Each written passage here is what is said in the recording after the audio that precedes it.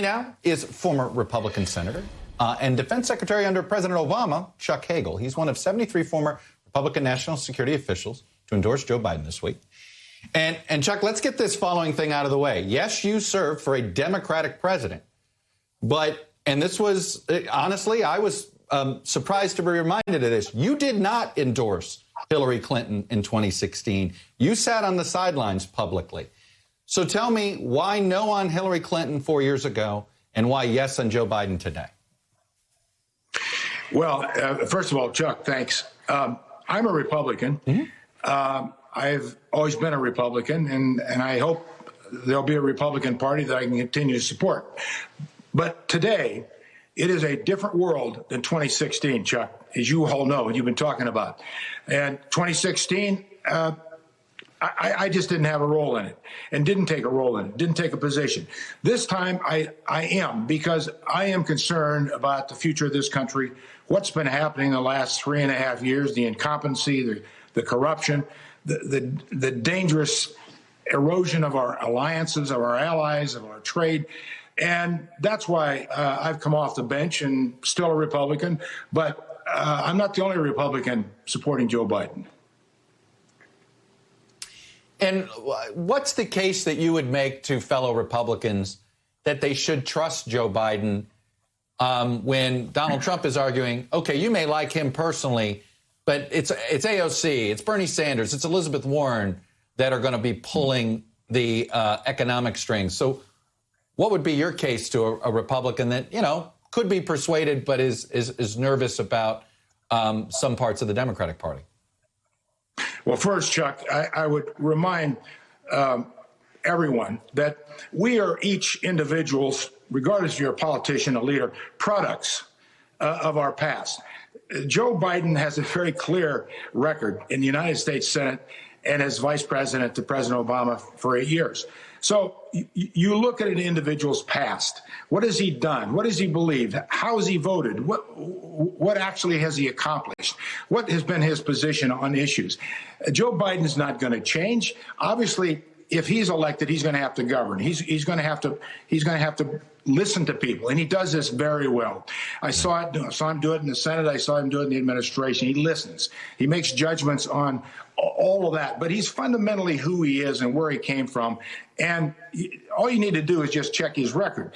So I would say to my Republican friends who are not quite sure about him, he is not going to be a tool for the wacky left or the right. He is going to be Joe Biden. He's always been Joe Biden. Sometimes that works, sometimes that didn't. You agree or not agree. But that's I think the strongest case. This guy just didn't drop in out of outer space. He's been a leader in this country for a long time. And that's a pretty good sign of what kind of a leader he would be, what kind of a president he would be. You know, it's interesting to watch the current senator that sits in your seat, Ben Sasse, because you get the sense that there's probably a lot of alignment between how the two of you think about Washington, about, you know, what government should be. I mean, you could see it. There's maybe some generational differences. I'm not going to say you guys are in alignment, but he clearly stopped short in how critical. He's been critical on social media, but he stopped short in how he carries it out.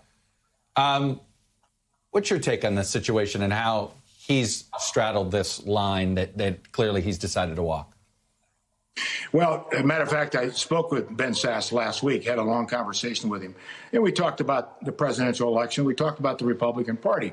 And one of the things that I said to Ben is after this election, Ben, and I think Joe Biden is going to be elected. I hope he is. I'm going to do everything I can to help him get there, and I think he will be. But I said, Ben, the Republican Party is going to have to be reborn. There is no Republican Party. It's a Trump party.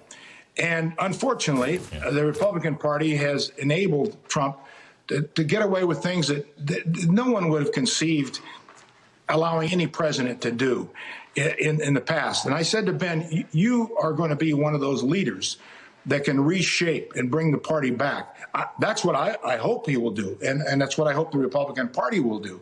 And be a different kind of party, be the kind of party, at least that I joined, and the first time I voted was in 1968 in Vietnam, an absentee ballot. The party that I joined, and I knew why I joined it, and the party that I represented in the United States Senate. So I get Ben's political realities and where he's got to be, but I do look to Ben Sasse and others like him to really be the future leaders of putting a new Republican Party together for the 21st century. You know, though, I think the challenge, here's the question, and it's an open-ended question, and I've had this talk with other of conservative reporters on this and analysts, which is who's going to be allowed to rebuild the Republican Party post-Trump, right? Who will be, you know, if you were a never-Trumper or you opposed him, are you going to not be allowed back into the temp? At the same time, if you were with him and he lost, do you not have credibility to say, hey, we need to reshape the party, right? I think some of this post-election reality, if it occurs, we're not quite sure what the mood of the Republican, the Republican base is still going to be a Trump base. That's right. And I think that reflects on the question you asked on why Ben Sasse and maybe others haven't been more outspoken, because you just said it, Chuck. That's the reality. Okay. If the Republican Party is going to be rebuilt, they're going to have to, those new builders of the Republican Party are going to have to deal with the Republican Party as it is, and those who've been big supporters of Trump. And so try to bring them together as much as you can based on common consensus issues. For example, Republicans used to have an agenda of fiscal responsibility. Where's that gone? Yeah, that's a joke today. Right. Free trade, international engagement, smart government.